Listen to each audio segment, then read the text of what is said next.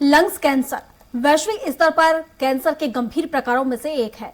हर साल इसके कारण लाखों लोगों की मौत हो जाती है। लिहाजा लंग्स कैंसर और इसको लेकर लोगों को जागरूक करने के उद्देश्य से हर साल 1 अगस्त को वर्ल्ड लंग्स कैंसर डे मनाया जाता है। ऐसे में स्वराज एक्सप्रेस की टीम इस घातक बीमारी से जुड़े विभिन्न पहलुओं और इसके इलाज से जुड़ी जानकारी लेने रायपुर के Narayana health MMI super speciality hospital पहुंची। इस दौरान स्वराज संवाददाता स्वाति कौशिक ने consultant medical oncology doctor Yashwant Kashyap और radiation oncologist doctor Rajendra Patel से लंग्स कैंसर के कारण निवारण, लक्षण, बचाव और इलाज के बारे में विस्तार से चर्चा की। पूरी दुनिया में जहां एक तरफ लगातार अलग अलग तरीके की कैंसर की खबरें आ रही है, तो वहीं पूरी दुनिया इन होते हुए कैंसरों के अवेयरनेस के प्रोग्राम भी चला रही है। इस वक्त अगर हम इस महीने की बात करें तो लंग कैंसर के अवेयरनेस के प्रोग्राम पूरी दुनिया में चल रहे हैं और इस मंथ को इसी के लिए, इस अवेयरनेस प्रोग्राम के लिए डेडिकेट किया गया है।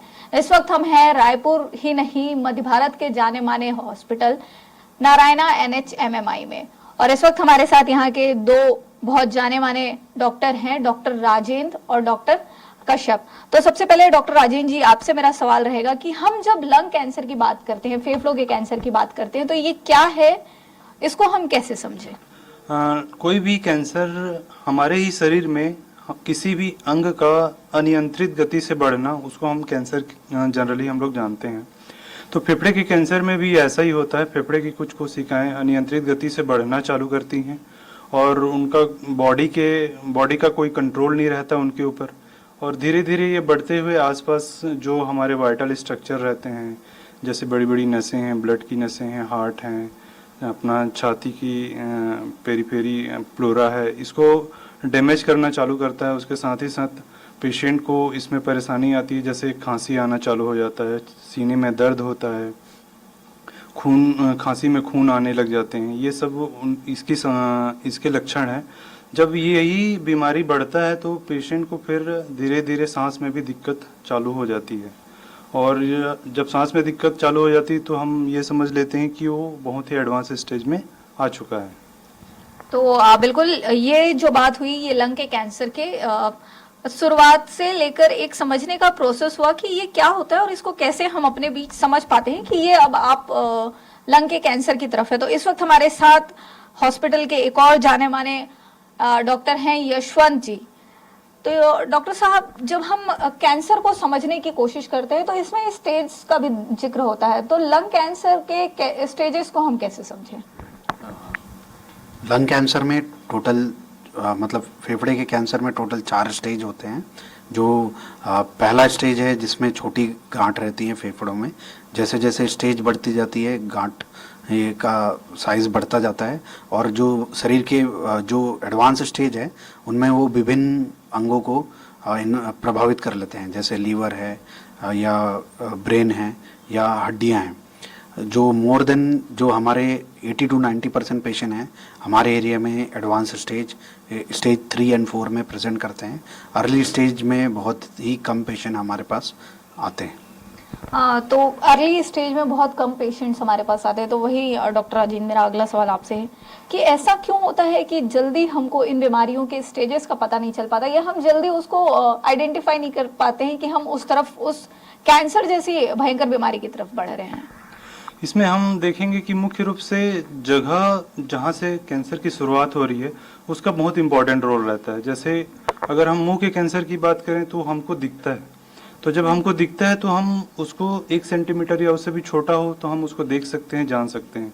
फेफड़े के कैंसर में क्या होता है कि ये अंदरूनी अंग है हमारा, तो ये छोटे से हिस्से में दिखता नहीं है, और छोटा जब रहता है कैंसर तो उससे कुछ खास परेशानी भी नहीं होती, और थोड़ा बहुत खांसी होता है तो पेशेंट या कोई भी उसको इग्नोर कर देता है। धीरे धीरे वो 1 महीना 2 महीने में बढ़ जाता है। जब बहुत ज़्यादा बढ़ जाता है तब पेशेंट अगला इलाज कराता है, या जैसे CT स्कैन है, ये सब जांचें कराते हैं। जब शुरुआती लक्षण रहते हैं उस टाइम बीमारी भी छोटा रहता है, दिखता नहीं है, तो सामान्य सर्दी खांसी जैसा अपन उसको मान के हम उसको नज़रअंदाज कर देते हैं। तो यही होता है कि अंदरूनी अंग है, इसके कारण हमको अर्ली स्टेज में बहुत कम पता चलता है। तो बिल्कुल ये बीमारी चूंकि अंदरूनी है, इसलिए इसका बहुत सही समय पर पता चल पाना बहुत से केसेस में मुश्किल हो जाता है, और जब तक आपको पता चलता है तब तक थोड़ी सी स्थिति जो है वो बिगड़ चुकी होती है। तो आपका कहना है डॉक्टर कि मोस्टली एडवांस केस में जो पेशेंट्स हैं वो पहुंचते हैं, तो ये एडवांस केस को खुद कैसे समझें और किस ढंग से खुद को प्रिक्योर करें इन चीज़ों से? मैक्सिमम पेशेंट 70-80% एडवांस स्टेज के रहते हैं। इसलिए जैसे कि डॉक्टर राजन ने बोला कि जो शुरू की जो खांसियाँ अगर आ रही है, खांसी या कुछ आ रहा है, तो हर खांसी को वायरल या टीबी की तरह ना सोचें। जो भी खांसी 10 दिन या 2 हफ्ते से ज़्यादा की है, उसमें वो कैंसर का भी लक्षण हो सकता है, क्योंकि खांसी कैंसर का सबसे बड़ा लक्षण है। और खांसी में खून आना, लगातार वजन कम होना, ये सारे लक्षण हैं। तो एडवांस स्टेज को चेस्ट एक्सरे एक बेसिक टेस्ट है जो कई बार गाइड कर देता है कि ये कैंसर है कि कुछ और है। बहुत चीज़ें चेस्ट एक्सरे में पता नहीं चलती है, इसलिए ऐसे केस में हम सीटी स्कैन भी करते हैं, और बाकी इन सब जांचों से फिर हमको बीमारी की स्टेज कंफर्म हो पाती है। तो बिल्कुल कुछ तकनीकों से बीमारी की स्टेज जो है वो कंफर्म हो पाती है। लेकिन डॉक्टर साहब यहाँ पर ही अगला सवाल जो है वो मन में उठता है कि क्या वजह है इस कैंसर की बेसिक्स में, क्योंकि बहुत सारे पेशेंट्स हैं आजकल। अगर हम छत्तीसगढ़ में बात करें तो हजारों की संख्या जो है वो पार होकर लगभग लाखों की संख्या में ये पेशेंट्स हैं। तो क्या ऐसे रीजन है जिसकी वजह से प्रदेश में लगातार लंग कैंसर के पेशेंट्स जो है वो बढ़ रहे हैं? इसकी मुख्य वजह है कि जो हम लोग जो गांव में या जो आम पब्लिक नशा करती है, तो नशे में मुख्य रूप से जो स्मोकिंग होता है, जैसे बीड़ी है, सिगरेट है, हुक्का है, इस टाइप के जो नशे रहते हैं, इससे सबसे ज़्यादा लंग कैंसर होने के संभावना रहता है। इसके अलावा कुछ लोग ऐसे भी रहते हैं जो नशा नहीं करते हैं, लेकिन उनको होने का मेन रीज़न रहता है एक तो एयर पोल्यूशन, दूसरा मतलब कुछ केमिकल्स हैं उसके कारण भी होते हैं, और कुछ कम रेशियो में जेनेटिक फैक्टर भी रहते हैं इसमें। तो बिल्कुल ये तो हुई बात की क्या हो सकता है, तो इसमें जेनेटिक फैक्टर भी एक आ सकता है। हालांकि अगर कोई स्मोक नहीं कर रहा है, कोई टोबैको नहीं ले रहा है, लेकिन उसके बाद भी ये हो रहा है, तो ये आपके आसपास के हमारे सराउंडिंग के एयर पॉल्यूशन का बहुत बड़ा हाथ हो सकता है। बचाव के क्या कारण हो सकते हैं डॉक्टर साहब? जैसा कि डॉक्टर राजेंद्र ने भी बताया कि 70 से 80% जो लंग कैंसर हो रहे हैं वो ओनली सिगरेट स्मोकिंग के लिए कारण हो रहे हैं। एक सिगरेट में 5000 से ज़्यादा केमिकल होते हैं जो कि कैंसर कॉज करते हैं। तो अगर हम स्मोकिंग को स्मोकिंग ना करें, परहेज रखें या उससे बचे भी, और जो कर रहा है उसको रोके भी, तो ये एक बहुत बड़ा बचाव होगा, और जिससे लाखों जिंदगियां बचाई जा सकती है। बहुत पैसा और बहुत सारे जो रिसोर्सेज का लॉस होता है वो बचाया जा सकता है। वातावरण का जो प्रदूषण है, उन सब चीज़ों का से भी बचाव भी एक ज़रूरी स्टेप है। तो बिल्कुल वातावरण से जो बचाव है वो भी बहुत ज़रूरी चीज़ है। तो वहीं पर अगला सवाल डॉक्टर राजेंद्र मेरा आपसे है कि क्या इन कैंसरों में भी कोई प्रकार है? फेफड़े के कैंसर को भी किसी टाइप में बांटा गया है क्या कुछ इस पे? हाँ, इसका जो कोशिका लेवल पे होता है हिस्टोलॉजी या बायोप्सी, जिसको रिपोर्ट बोलते हैं हम लोग, जिससे हम लोग कैंसर कंफर्म करते हैं, उसके आधार पर इसको मुख्य रूप से 2 भागों में बांटते हैं, small cell cancer and non small cell cancer. तो नॉन स्मॉल सेल कैंसर में भी डिफरेंट वेराइटी होते हैं। तो बिल्कुल नॉन स्मॉल कैंसर्स में भी डिफरेंट तरह की वेराइटीज होती हैं। कैंसर अपने आप में इतना भयंकर है, उसमें भी अगर आपको लंग कैंसर हुआ है तो उसमें भी अलग अलग टाइप के कैंसर्स हो सकते हैं, अलग अलग स्टेज में अलग अलग टाइप के। तो यहाँ पर अगला सवाल डॉक्टर कश्यप हमारा आपसे है, क्या कोई ऐसा तरीका है जिससे शुरुआती समय में ही पता चल पाए कि व्यक्ति जो है वो कैंसर से ग्रसित है? सही तरीका ये है कि क्लिनिकल एग्जामिनेशन के साथ साथ चेस्ट एक्सरे, और कई केसेस में हम लो डोज जो सीटी स्कैन होता है, ऐसे पेशेंट जो कि पर डे 20 से ज़्यादा सिगरेट पी रहे हैं 5-10 सालों से, ऐसे हाई रिस्क केसेस में हम लो डोज सीटी स्कैन भी करते हैं, जिससे कि बहुत सारे पेशेंट अर्ली स्टेज में भी डिटेक्ट हो सकते हैं। मेनली ऐसे पर वही केसेस का हम सीटी करते हैं जिनकी स्मोकिंग हिस्ट्री बहुत स्ट्रॉन्ग है। तो बिल्कुल जिनकी स्मोकिंग हिस्ट्री जो है वो बहुत स्ट्रांग है, डॉक्टर्स उनको केस करते हैं, उनको सजेस्ट करते हैं एक बार टेस्ट के लिए, और ऐसे केसेस को वो ज़्यादा जल्दी देखते हैं। तो वहीं पर मैं डॉक्टर साहब आपसे समझना चाहूँगी कि टेक्निकली किस तरीके की ये पूरी जांच प्रोसेस होती है, क्योंकि कैंसर सुनते ही पेशेंट वैसे भी डर जाता है, पेशेंट ना भी हो तो सामान्य व्यक्ति भी डर जाता है। तो इसका टेक्निकली जो जांच प्रक्रिया है, जो पता लगाना है, वो सारे टेस्ट कैसे क्या होते हैं? इसमें रूप से हम बेसिक रूटीन इन्वेस्टिगेशन में सबसे पहले ब्लड टेस्ट वगैरह करते हैं पेशेंट का, फिर सीटी स्कैन करते हैं। सीटी स्कैन में जैसे हमको कंफर्म पता चलता है कि जो फेफड़े में गठान है उसमें कैंसर के लक्षण बहुत ही ज़्यादा हैं, तो फिर उसका हम सीटी गाइडेड ही एक बायोप्सी भी करते हैं। कई बार इसको हम अपना एंडोस्कोपी गाइडेड भी करते हैं, अगर उसके लोकेशन के ऊपर डिपेंड करता है कि गठान कहाँ पे है। उसके बाद जब बायोप्सी से कंफर्म हो जाता है तो अगला जांच होता है पेट स्कैन। अगर हमको लगता है कि कैंसर एडवांस है, फैल सकता है या फैला हुआ होगा ऑलरेडी बॉडी में, तो हम उसके लिए पूरी बॉडी का एक स्कैन होता है पेट स्कैन, उससे बीमारी कहाँ कहाँ पूरे बॉडी में फैली है वो भी पता चल जाता है। तो हम लोग फिर पेट स्कैन की तरफ जाते हैं, और बायोप्सी से फिर हम लोग कुछ इम्यूनोहिस्टोकेमिस्ट्री टेस्ट करते हैं, कुछ जेनेटिक टेस्ट भी होते हैं उसको भी करते हैं। तो बिल्कुल ये जो टेस्ट प्रक्रिया है वो तो डॉक्टर साहब ने हमको बताई ही, लेकिन डॉक्टर कश्यप अगला सवाल जो है वो आपसे ये हो जाता है कि क्या ये बीमारी जेनेटिकली कुछ इफेक्ट करती है, या जेंडर वाइज इसका कुछ हिस्ट्री रहता है, कुछ रिकॉर्ड रहता है, कुछ ज्यादा फैलने की संभावनाएं रहती?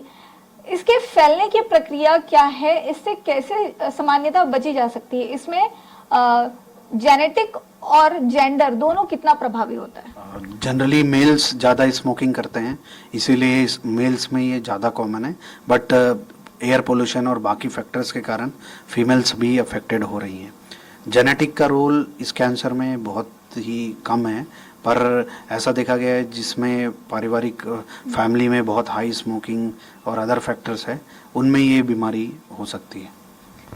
तो बिल्कुल ये बीमारी और इससे जुड़ी हुई चर्चाएं तो यहाँ पर हुई ही, लेकिन जानना ये भी बहुत ज़रूरी है, क्योंकि जिस हॉस्पिटल में अभी हम हैं ये मध्य भारत का जाना माना हॉस्पिटल है। यहाँ पर लगातार ऐसे पेशेंट्स को ट्रीट किया जाता है, और सिर्फ ट्रीट नहीं किया जाता, उनको स्वस्थ करके यहाँ से भेजने की भी गारंटी हॉस्पिटल लेता है। तो अब बात करते हैं इलाज की पद्धतियों के बारे में, चूंकि दोनों ही डॉक्टर्स जो हैं वो अपने अपने क्षेत्र में स्पेशलिस्ट हैं। तो डॉक्टर राजेंद्र से हम बात करते हैं, जानने की कोशिश करते हैं कि जब हम इलाज की बात करते हैं लंग कैंसर की, तो कौन सी महत्वपूर्ण चीजें हो जाती है और कौन सी थेरेपी से आप लोग इसका ट्रीटमेंट करते हैं? जैसे अर्ली स्टेज में है तो पेशेंट की सर्जरी हो जाती है, बट जैसे ही पेशेंट एडवांस स्टेज में आता है तो फिर हम लोग उसमें रेडिएशन और कीमोथेरेपी जनरली प्रीफर करते हैं, और शुरुआत उसी से करते हैं। तो रेडिएशन में सबसे इम्पॉर्टेंट है, क्योंकि हमारा जो फेफड़ा है उसमें हम कंटिन्यूअस हर सेकंड सांस लेते रहते हैं, तो जब सांस लेते हैं तो हमारा छाती भी फूलता है, सिकुड़ता है, उसके साथ ही साथ फेफड़ा भी सिकुड़ता है, फूलता है। तो जो अंदर में ट्यूमर रहता है लंग फेफड़े के अंदर जो ट्यूमर रहता है वो भी उस सिकुड़ने और फैलने की प्रक्रिया में मूव होते रहता है। तो सबसे इसमें इम्पॉर्टेंट है कि हम ऐसी रेडिएशन टेक्निक का यूज़ करें जो इसको एनकाउंटर करे, इस मोशन को एनकाउंटर करे। तो हमारे पास रेस्पिरेटरी गेटिंग फैसिलिटी उपलब्ध है हमारे सेंटर में। तो जो भी लंग कैंसर वाले पेशेंट रहते हैं उसको हम रेस्पिरेटरी गेटिंग पद्धति से ही रेडिएशन देते हैं, जिससे कि जो रेडिएशन है वो ट्यूमर को ट्रैक करते हुए ही डिलीवर हो, ना कि मतलब ऐसा हो कि ट्यूमर कहीं और है, रेडिएशन कहीं और जा रहा है, तो उससे फिर कोई बेनिफिट मिलने वाला है नहीं। इसके अलावा जो एडवांस टेक्निक हम लोग यूज़ करते हैं वो SBRT है, स्टीरियोटैक्टिक बॉडी रेडियोथेरेपी। इसमें हम लोग हाई डोज ऑफ रेडिएशन देते हैं जो कम से कम फ्रैक्शन में यूज़ हो जाते हैं। जनरली जो कन्वेंशनल या सामान्य जो पद्धति होती है उसमें लगभग 1.5 से 2 महीना लग जाता है रेडिएशन में, लेकिन हाई डोज रेडिएशन में हम इसको 1 से 2 हफ्ते में ही डिलीवर कर देते हैं पेशेंट को। तो ये 2 एडवांस टेक्निक हमारे पास अभी उपलब्ध है। तो डॉक्टर साहब यहीं पर सबसे महत्वपूर्ण सवाल आपसे बनता है कि इसकी ज़रूरत कब पड़ती है, कौन से स्टेज में आप पेशेंट्स को ये टेक्निक और ये ट्रीटमेंट अवेलेबल कराते हैं? ऐसे अर्ली केसेस जिसमें सर्जरी नहीं हो पा रही है, और उसके अलावा जो एडवांस केसेस हैं उसमें तो सभी में यूज़ करते हैं हम लोग। जी बिल्कुल। तो ये तो हुई बात रेडियोलॉजी से संबंधित, रेडिएशन टेक्निक से संबंधित। तो अब हम बात करते हैं डॉक्टर साहब, डॉक्टर कश्यप से, कि कीमो की बात जब आती है तो क्या लंग कैंसर में कितना इम्पोर्टेंट हो जाता है, कौन से स्टेज में दिया जाता है और कब कब इसको दिया जा सकता है? कीमोथेरेपी लास्ट 40 सालों से है लंग कैंसर्स में, और एडवांस स्टेज में और इवन सर्जरी के बाद या रेडिएशन के साथ ये सारे आइडियल वे हैं जहाँ पर हम कीमो का यूज़ करते हैं। हमारे 70 to 80% पेशेंट एडवांस स्टेज के रहते हैं, इसलिए बहुत सारे पेशेंट जिनमें सर्जरी नहीं हो पाती उनमें मैक्सिमम जो main mode of therapy he chemotherapy होती है। आज से 10-15 साल पहले हमारे पास कीमोथेरेपी बस ऑप्शन था, बट लेटेस्ट एडवांसेस से, प्रिसिशन ऑन्कोलॉजी के आने से अब हमारे पास टारगेटेड थेरेपी, इम्यूनोथेरेपी भी जैसे ड्रग्स हैं, जिसके कारण हमारे पेशेंट्स का जो पहले सर्वाइवल 6 महीने 1 साल हुआ करता था वो अब सालों में है। और बहुत सारे पेशेंट हमारे अब लॉन्ग टर्म सर्वाइवर हैं, और टारगेटेड थेरेपी और इम्यूनोथेरेपी ने एक तरह से जो लंग कैंसर पेशेंट की लाइफ को बहुत चेंज कर दिया है। और अब लंग कैंसर का ट्रीटमेंट उतना कठिन या लंग कैंसर इतना खतरनाक बीमारी नहीं रह गई जैसे 10 साल पहले थी। बिल्कुल, अब ये बीमारी जो है वो उतनी खतरनाक नहीं रह गई है जैसे 10 साल पहले थी, क्योंकि मेडिकल टेक्नोलॉजी ने काफ़ी ग्रोथ है वो की है, काफ़ी विकसित ये होता जा रहा है। तो हर तरीके की बीमारी का अपना अपना अलग अलग ट्रीटमेंट अवेलेबल है जो लोगों को सही और सुलभ जिंदगी प्रोवाइड करा सकता है, बहुत गंभीर बीमारी के बाद भी। लेकिन डॉक्टर साहब, यहाँ पर ये जानना बहुत ज़रूरी हो जाता है कि ये जो बीमारियां हैं, हमेशा सुन के व्यक्ति डर जाता है। डर का एक मेन कारण ये भी होता है कि बहुत एक्सपेंसिव इसका इलाज होता है। तो जब हम लंग कैंसर की बात करते हैं तो चूंकि आपका हॉस्पिटल जो है वो जाना माना है, बहुत से पेशेंट को आप लोग डेली डील करते हैं, एक्सपेंसेस के बारे में कुछ जानकारी दें।